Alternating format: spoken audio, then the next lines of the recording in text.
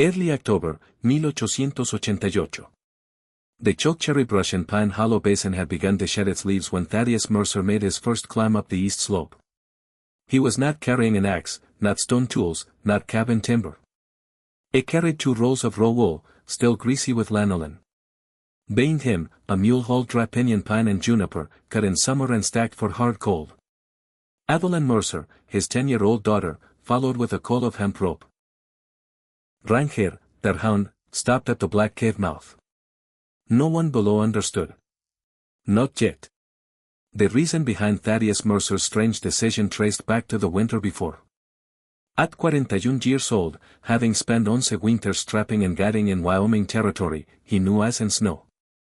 He also knew most frontier families accepted cold cabins as a given. Every winter looked much the same. More chinking, more firewood, beds pushed closer to the stove, men waking before dawn to feed another log into the fire. For years, Thaddeus had done exactly the same with the cabin he had raised with his own hands. The structure itself was not poorly built.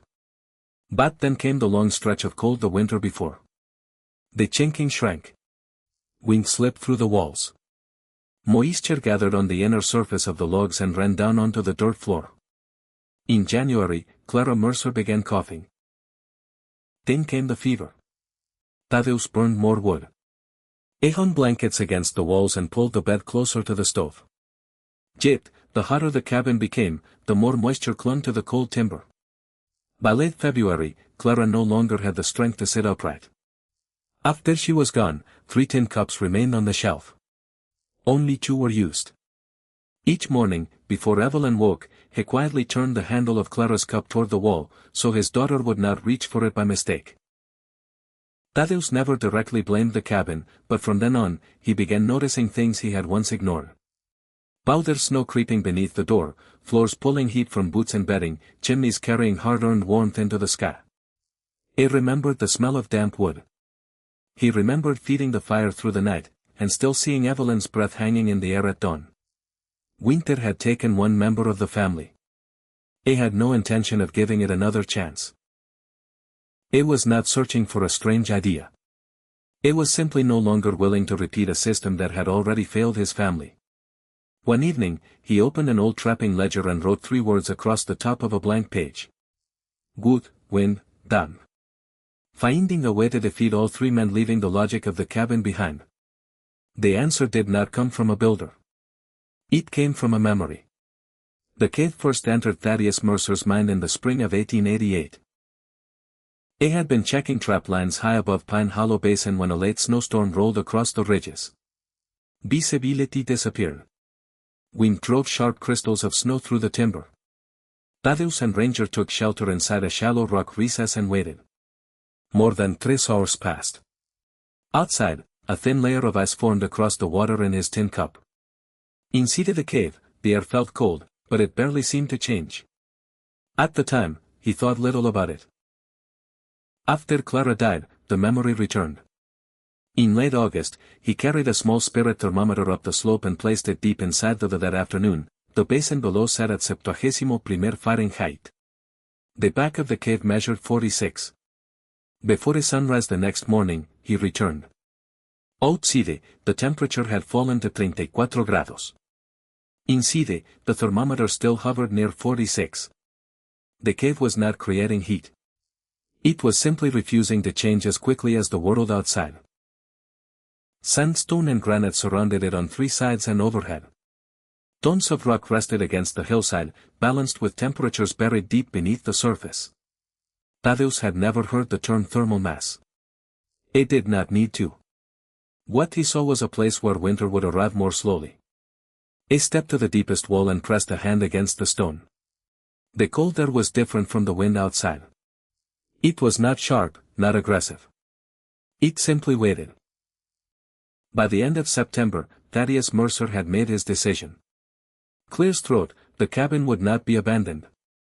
It would still serve its purpose. Large meals would be cooked there. Tools would be stored there. Fares would still be cleaned and prepared beneath its roof. Anything that needed daylight would remain in the cabin. But when the deep cold arrived, he and Evelyn would sleep in the cave. His goal was never to heat 18 pies of stone the way a man heated a summer room. The plan was simpler. Keep the shelter above freezing. Reduce drafts. Keep bedding dry. Use less firewood. Everything else would grow from those goals. Over several evenings, he divided the problem into 5 parts. Cold air entering through the entrance had to be reduced. Steel air had to be trapped with wool. Heat needed to be placed deep inside so the surrounding stone could absorb it. Beds, bodies, and firewood had to be separated from the cold ground. Fuel had to stay dry from the first snowfall until spring. The solution was not a single invention. It was a collection of small decisions working together. One afternoon while sorting supplies, Evelyn looked toward the cave and asked if they were planning to live there like animals. Thaddeus considered the question for a moment. Then he told her they were simply letting the hillside do part of the work that the cabin could not. The answer seemed enough. She returned the sorting pieces of raw wool into separate piles. Thaddeus had specifically gathered unwashed fleeces still heavy with lanolin. Years working the snowbound traplines had taught him a harsh survival rule. Wet cotton was a death sentence, but raw wool shed water and held its warmth even when soaked. He had seen sheep survive blizzards that froze cattle standing. To him, those greasy mats of wool weren't just bedding, they were a wall against the wind. Some panels could still be stitched into hanging curtains. Others needed patching. A few were too frayed and would become stuffing. The plan existed nowhere on paper. There were no drawings, no measurements pinned to a wall. It lived only in the order of the loads carried up the slope. Late that evening, Evelyn uncovered a red-striped blanket Clara had woven years earlier. For several seconds, she held it quietly. Thaddeus looked at the blanket, then at the pile of wool waiting to become curtains. He never reached for the scissors. Instead, he folded the blanket carefully and set it aside. That piece would not become part of the shelter. It would become part of Evelyn's bed. The first person to notice the steady stream of supplies moving up the slope was Silas Boone, the nearest rancher in Pine Hollow Basin. Silas was a practical man. He did not laugh when he saw Thaddeus hauling wool, firewood, and lumber toward the cave. He simply asked a question. Was the cave going to be used for storing firewood, or perhaps as a meat cache for winter? Thaddeus shook his head. He told him he planned to sleep there when the deep cold arrived. Silas looked toward Evelyn. Then he looked back at the dark opening in the hillside. He pointed out 2 problems immediately. A stone could hold moisture, and a badly placed stovepipe could kill a family long before the cold ever had the chance. Thaddeus agreed. He did not argue. A few days later, near the hitching rails outside the trading post, Silas mentioned the conversation. Among those listening was Caleb Rourke, a freight hauler known throughout the region. Caleb was not a fool. He understood weather. He understood camps. He understood what happened when winter punished careless decisions. That was exactly why people listened when he spoke. A cave is where a man waits out a storm, Caleb said. It isn't where he raises a child through an entire winter. A few men chuckled. No one talked about stopping Thaddeus. No one called him reckless. Most reached a different conclusion. They assumed, clear his throat, grief had clouded his judgment after Clara's death. Perhaps he simply wanted to escape the cabin. The first skepticism did not arrive as hostility. It arrived as sympathy. Later that afternoon, Thaddeus overheard part of the conversation while securing a load beside his mule. When Caleb mentioned the child, he did not turn around. He did not defend himself, but the hand holding the lead rope tightened for a moment, then relaxed again. Before a single wool curtain was hung or a stove carried inside, Thaddeus focused on the cave itself. A shelter could not protect anyone if it failed before winter truly arrived. He started with the ceiling. Using a long lodgepole pole, he tapped sections of sandstone overhead and listened carefully. Solid rock answered with a sharp sound. Loose sections responded with a hollow note. Anything uncertain was pried down immediately, rather than left hanging above a sleeping child. The floor required attention next. The cave sloped gently toward the entrance, but 2 shallow depressions collected water after rain. Thaddeus cut a narrow drainage channel leading toward the mouth of the cave, then covered the walking area with gravel and flat stones gathered from the hillside. After that came the wind. Small strands of wool were tied near the entrance and left to move freely. Most northern winds missed the opening because it faced southeast, yet swirling gusts around the ridge still pulled air in unexpected directions. Farther inside, a thin trickle of water seeped from a crack in the stone. It was not much. A single cup could fill after several hours. Still, Thaddeus enlarged a small basin beneath it, lined it with a shallow tin pan, and fitted a wooden cover over the top. If the cave held its temperature, that water might remain usable even during severe cold. Meanwhile, Evelyn gathered fist-sized stones for the future sleeping platform. Rankhead explored every corner of the cave. Eventually, the hound circled twice and settled near the southern wall. It was the driest place inside, was also the most sheltered from moving air, Thaddeus noticed. Without saying a word, he marked the spot. Evelyn called it their corner of the home. For the first time, Thaddeus did not think of the cave as a shelter. He began thinking of it as a room. The cave entrance was wider than it needed to be. If left untouched, every shift in the wind would send a fresh wave of cold air deep into the shelter. Thaddeus had no intention of allowing that. Usain peeled large pine poles, he built a simple frame across the opening. He did not seal the cave behind a heavy wall.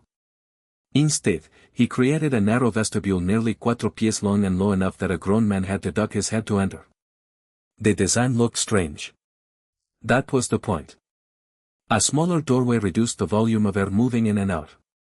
The vestibule created a buffer between the outside world and the living space beyond. More importantly, the openings did not line up. The outer entrance sat slightly to the right. The inner opening sat to the left.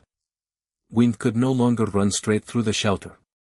The spaces between the poles were packed with dry grass, clay, and scraps of waste wool. A layer of canvas coated with linseed oil and ash covered the exterior. Evelyn carried armfuls of grass and wool stuffing while Thaddeus tightened lashings and sealed gaps. One afternoon, Caleb Rourke rode past below the ridge and glanced up at the strange structure. "Looks like he's building a sheep pen on the side of a mountain," he remarked. A few days earlier, Silas might have laughed. This time he didn't. The offset entrance caught his attention. It looked deliberate.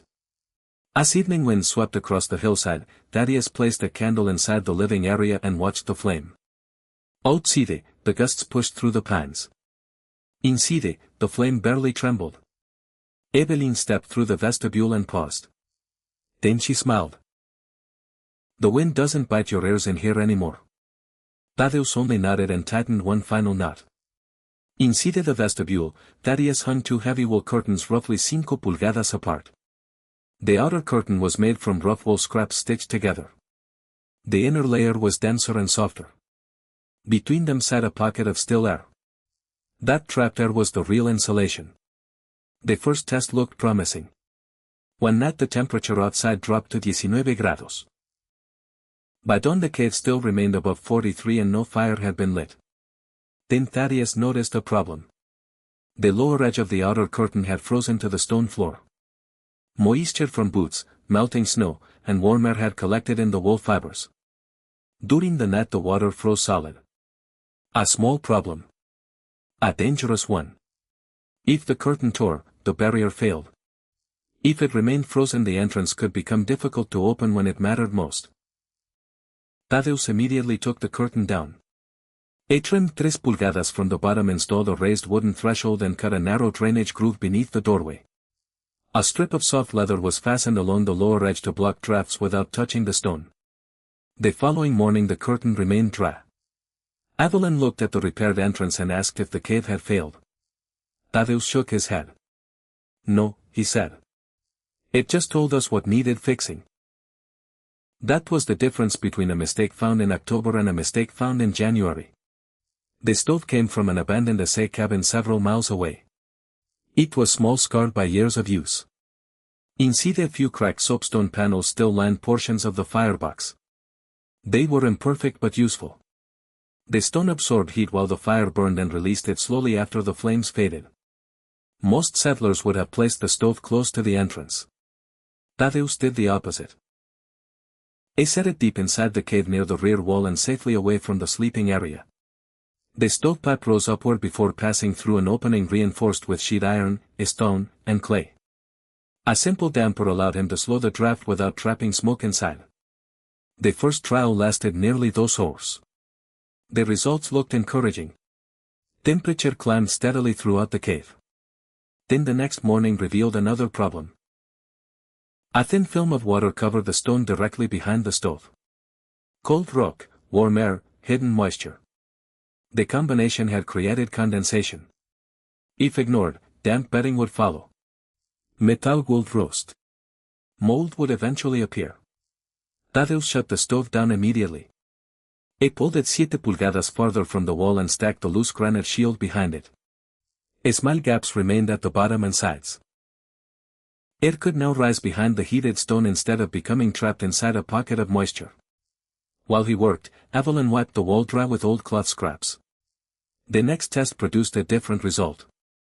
The stone still held warmth, but no water gathered on its surface. As Thaddeus studied the dry wall, he remembered the wet logs inside the cabin the winter Clara died.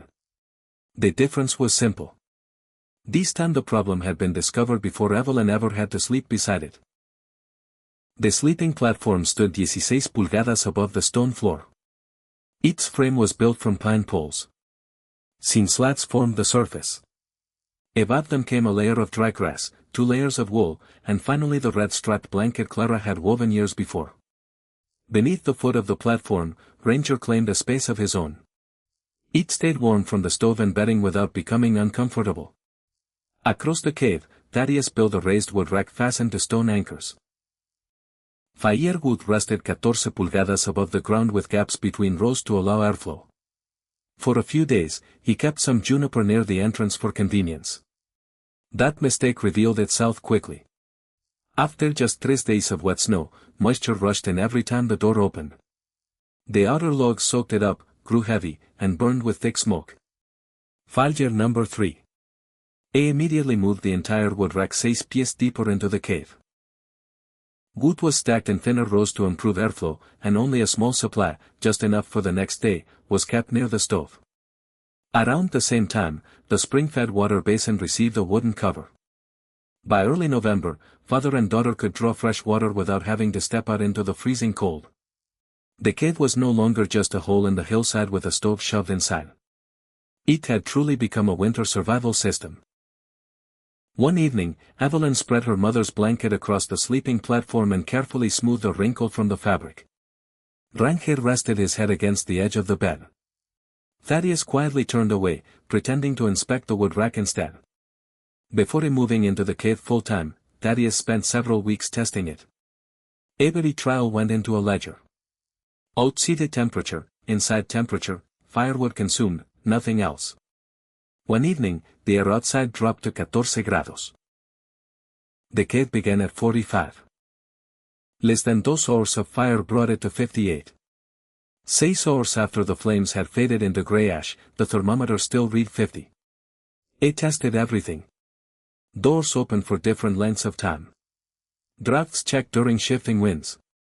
Smaller fires on some nights, larger fires on others. He wanted to know the minimum needed, not the maximum possible. Evelyn began sleeping in the cave during those trials. The previous winter, she often woke when the fire died. Here, she slept until Ranger climbed onto the platform and nudged her awake. One morning, Thaddeus noticed something. She had not coughed. He did not write that in the ledger. Instead, he recorded, outside 12, inside 49. Feed out 5 hours. Those were the numbers he could measure. The meaning behind them stayed off the page. At dawn, he paused beside the platform and held the back of his hand near Evelyn's mouth. Her breathing was steady. News of Evelyn sleeping in the cave spread quickly through Pine Hollow Basin. By early winter, nearly everyone had heard some version of the story. The most repeated remark came during a community barn roof repair. Caleb Rourke delivered it while handing shingles across a ladder. A cave is where people wait to be rescued, he said. It isn't a place a father calls home. The statement carried weight. Several men stopped working long enough to think about it. The concern was real. Thaddeus was not merely testing an idea on himself. A child was living inside that shelter. Some worried about moisture. Others warned that creosote could build inside the stovepipe. A few believed grief had pushed Thaddeus away from the cabin because every corner reminded him of Clara. Silas Boone listened to the discussion. He did not defend the cave or claim the plan would succeed. The only thing he said was that Thaddeus had tested more parts of that shelter than most men had ever tested on their own homes. Caleb nodded. Winter will test the rest. No one argued with that. Thaddeus was not present when the conversation took place.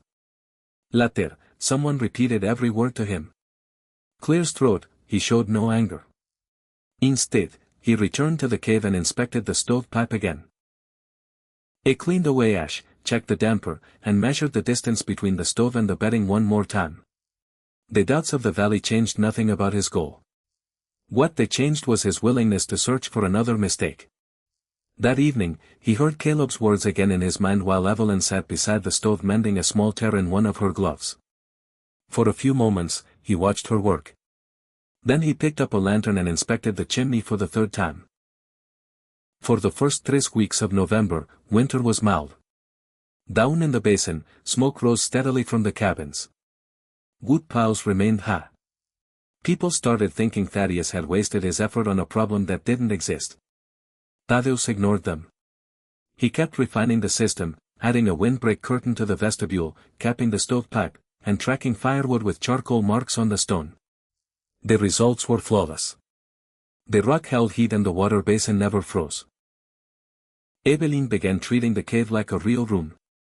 Her schoolbook and cloth doll found their own niches in the wall, but comfort breeds complacency. Thaddeus knew early November proved nothing. Nature hadn't delivered its verdict yet.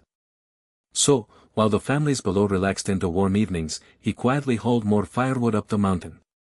Every load meant one less reason to risk going outside when the storms hit. One afternoon, Evelyn set her doll down and declared she no longer thought caves were for animals. Thaddeus glanced out at the northern ridges. The hard part hasn't arrived yet, he said. The preparation continued. The first warning was not snow. It was the absence of wind. For 2 straight days, the air above Pine Hollow Basin remained strangely still. Smoke rose from chimneys in narrow gray columns, climbed upward, then stopped beneath a ceiling of yellow-gray clouds. The afternoon light looked flat. Shadows nearly disappeared. Ranger noticed the change before most people did. The hound began leaving the entrance area earlier than usual. Several times he stood facing north, ears forward, refusing to remain outside for long. Across the basin, Silas Boone observed his cattle gathering near sheltered ground, even though temperatures had not yet fallen dramatically. He hauled additional hay into the barn. Farther north, Caleb Rourke had just returned from a great run. His report unsettled more than a few listeners. Small ponds had frozen solid in a single night.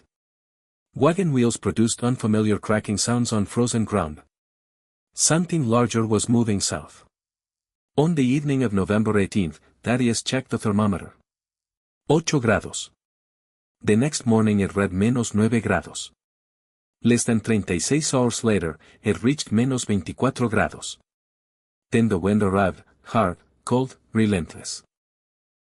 Dry snow swept across the basin and began finding openings that rain had never discovered.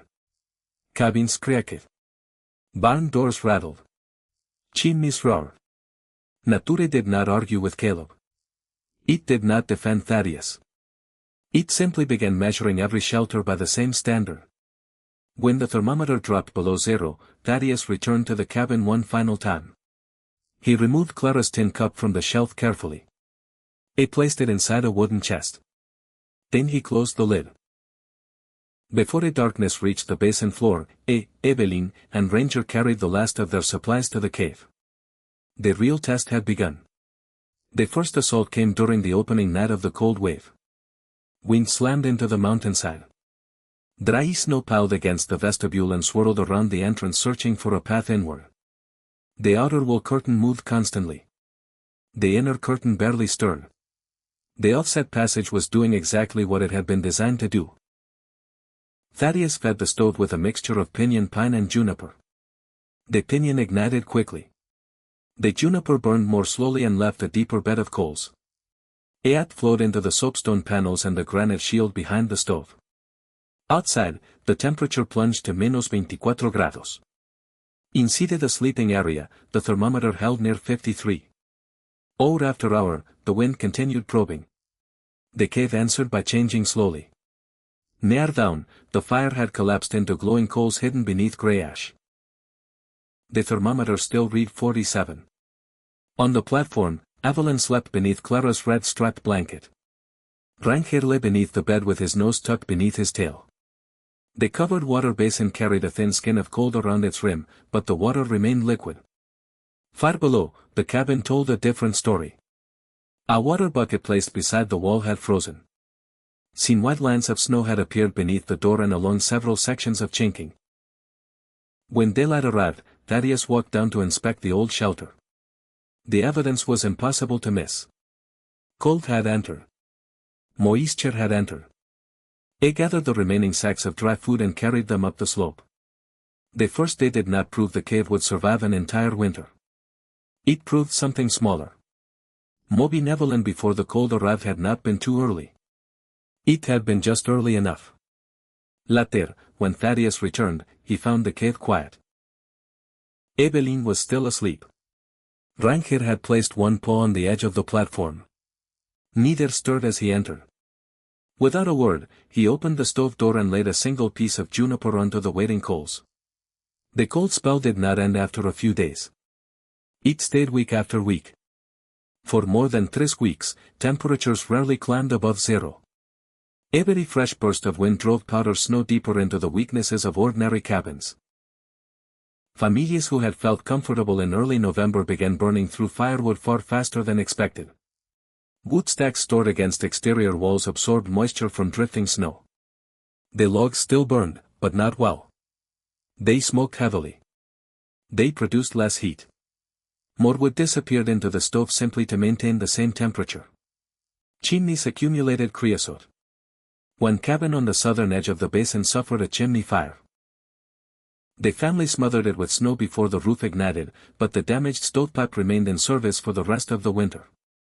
At Silas Boone's place, frost began forming around the ends of the northern wall logs. The cold penetrated deeper than usual. He moved his children closer to the stove and started rationing firewood by the day rather than by the week. Caleb Rourke still possessed a larger wood supply than most settlers. Even so, winter found its opening. A powerful gust twisted one of his barn doors. Snow drifted into the outer portion of the woodstack. His preparations had not been poor. The season was simply operating beyond ordinary expectations.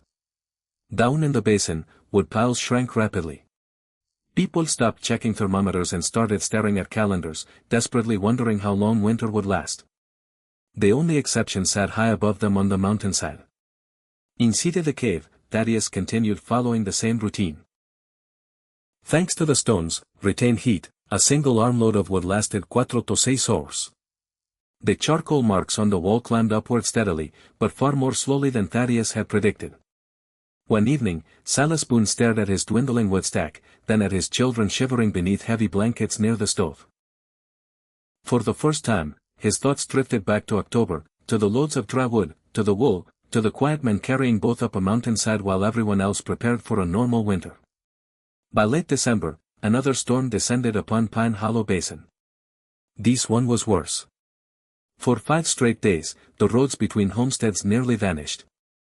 Wind stripped snow from open ground and hurled it against ridges, fences, and buildings until drifts stood like frozen walls. On the second day, the temperature fell to roughly -33 grados. The nights dropped even lower. Thaddeus, Evelyn, and Ranger remained inside the cave. Meals were cooked on the stove. Water came from the covered basin. Dry firewood waited on the racks deep within the shelter. The system continued working. Then, on the morning of the 3rd day, Ranger behaved differently.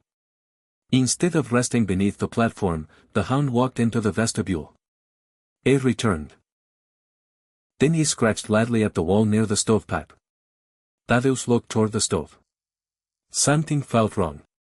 The fire was burning lazily. The draft had weakened. Outside, snowdrifts had piled higher and higher around the air intake and chimney area. The shelter was slowly losing its ability to breathe. It reacted immediately. A rope went around his waist. The other end went to Evelyn. He instructed her to stay inside and hold fast. Then he crawled through the vestibule and into the white storm. The wind hit like a solid thing. Visibility vanished. Even a few feet from the entrance felt dangerous. Working by touch as much as sight, Thaddeus used a short shovel to clear a fresh air channel on the sheltered side of the drift. He positioned an angled board to slow new accumulation and inspected the stovepipe cap for ice and packed snow. Every movement took effort. Every second outside stole heat. At last, he turned back toward the cave. When he emerged through the vestibule, frost coated his beard and eyebrows. Ice crystals clung to his coat sleeves. Evelyn did not cry. She immediately removed his gloves and placed them beside the stove. Then she checked Ranger. Within minutes, the fire began drawing properly again. The flames sharpened. The draft returned. The danger passed. For the moment, the lesson was clear. The cave had protected them well. The wall, stone, and stove all worked as intended. But none of those things could protect a family by themselves. A shelter, like a living creature, needed air. And every system eventually found a new way to fail. Resilience came from noticing the problem before the problem became fatal. While Thaddeus fought the storm outside, Evelyn had wrapped the safety rope around her wrist instead of simply holding it in her hands. When he finally returned, deep red marks remained on her skin. She had never let go. On the fourth day of the storm, the wind eased for a few precious hours. Silas Boone decided it was time to see the cave for himself. The climb was difficult. Snow reached nearly chest height in places, and the thermometer hanging inside a wooden box outside the cave showed -31 grados. At the entrance, Silas lowered his head and stepped through the narrow doorway. One curtain brushed his shoulder, then another. The change was immediate, not dramatic, just unmistakable. The first thing that caught his attention was not the stove. Evelyn sat cross-legged on the platform reading a book. Her gloves were nowhere in sight. Ranger slept beside her feet. The air carried no trace of white breath. Only then did Silas look toward the stove. The fire had burned down the grayish hours earlier. According to Thaddeus, no wood had been added for nearly 6 hours. Yet, the thermometer hanging near the sleeping platform still read 54 grados. Silas rose and began inspecting the shelter the same way he would inspect a barn, a fence line, or a stock pen. Clear's throat, his hand settled on the granite behind the stove. Warm. The wood rack stood farther back in the cave. Every piece remained dry. The covered water basin still held liquid water. The lower edge of the curtain hung freely. No ice, no frozen fabric. The wall behind the stove remained dry as well. Months earlier, people had predicted moisture, smoke problems, frozen curtains, damp firewood, and poor ventilation. Silas could not find any of them. He never offered praise. That was not his nature. Instead, he asked a question. Clear's throat, how much wood? Thaddeus pointed toward the charcoal marks covering one section of stone, and then handed him the ledger. Silas studied both. The numbers required no explanation. Nearly an hour passed before Silas stood to leave. Before heading down the snow-covered slope, he paused and looked back. The low, half-buried vestibule looked crude, but he now understood the exact effort hidden beneath it. His eyes drifted back to Evelyn, lingering on the red-striped blanket. He remembered Clara. For a moment, neither man spoke. Then Silas asked the only question that still mattered. Does she wake up cold? Thaddeus glanced at his daughter. A page turned. Ranger shifted in his sleep. No. Silas nodded once. When he started back down to the basin, he carried more than just proof. He carried a changed mind. When the storm finally loosened its grip on Pine Hollow Basin, Silas Boone began comparing numbers. The comparison took place over weeks rather than days. Ledger entries, wood piles, temperature readings, simple things. From early November through the end of January, Thaddeus Mercer had burned less than a single cord of mixed pinyon and juniper. Silas had used nearly 2.5. Several larger households had gone through more than 3 cords while keeping fires active almost around the clock. The temperature records told a similar story. During the worst stretch of cold, when outdoor readings approached -37 grados, the lowest temperature recorded in the cave's sleeping area was 45. That figure came after the fire had been out for hours. On the same night, one corner of Silas's cabin hovered near 30 degrees despite an active stove. The difference could not be traced to any single feature. The stones surrounding the cave reduced temperature swings. The vestibule and offset entrance weakened the force of incoming drafts. Layers of wool protected pockets of still air. The raised platform separated bedding from the cold floor. Wrapped wood storage kept fuel dry. A yacht placed deep inside the shelter slowly moved into the surrounding rock. Used as important, small problems had been discovered and corrected before winter could enlarge them. One afternoon at the trading post, Caleb Rourke listened to men discussing the numbers. No one exaggerated. No one had to. After a long pause, Caleb remarked that a good cave still required the right hillside. Silas didn't miss a beat. A good cabin also requires the right design. A few men nodded. The conversation moved on. There were no apologies, and none were expected. What mattered was that the debate had shifted. Months ago, they questioned if the cave would work. Now, they analyzed why it worked. Nature had delivered its verdict, proven in every wood pile, every ledger page, and every temperature reading. One evening, as snow fell quietly outside, Evelyn asked if they could stay in the cave until the basin finally thawed. Thaddeus looked at the stone walls. The storms hadn't beaten it. The cold hadn't beaten it. They had simply borrowed the mountain's strength. "We'll stay," he said, "until the mountain doesn't need to protect us anymore." Evelyn returned to her book. Ranger slept beneath the platform. Near the stove, another charcoal mark went up on the wall, and the ledger received one more entry. Esperanza rad laid in Pine Hollow Basin. Snow, clears throat. Lingered in shaded draws long after the lower ground had begun to thaw. Travel gradually became easier. And with that change came something else. People started building differently. Silas Boone moved first. The lesson he carried away from the cave did not become a speech or a public declaration. It appeared instead in lumber, nails, and long afternoons of work. His entire wood supply was lifted onto a platform 12 inches above the ground. Along the northern wall of his cabin, a second interior wall appeared, separated from the first by a narrow air gap. Before a winter returned, a small vestibule stood outside his front door, forcing cold air to change direction before reaching the living space. Other families made smaller adjustments. One household hung wool blankets along the windward wall. Another relocated its stove closer to a masonry structure that could store heat longer than air alone. Across the basin, little details began spreading from one property to another. Nobody called them cave ideas. They simply worked. Caleb Rourke never revisited the remark he had made the previous winter. The phrase about caves being places where people waited to be rescued disappeared on its own. By late summer, however, merchants noticed something unusual. Caleb purchased more wool batting than normal, more sheet metal, more lime mortar. Over the following weeks, he rechinked his cabin, added a secondary interior door, and rebuilt the cover protecting his firewood supply. The work spoke clearly enough. No public apology followed. None was necessary. When October returned to Pine Hollow, cabins throughout the basin contained features that had once existed only on a rocky hillside above town. Air gaps, vestibules, raised wood storage. Improved weather sealing. Knowledge had spread the way practical knowledge often spreads on the frontier, quietly, through results, not reputation. As for Thaddeus Mercer, he showed little interest in being proven right. Autumn found him back at the cave with Evelyn. Canvas worn thin by winter winds was replaced. Lashings were inspected one by one. The stovepipe was cleaned. The drainage channel was cleared of debris.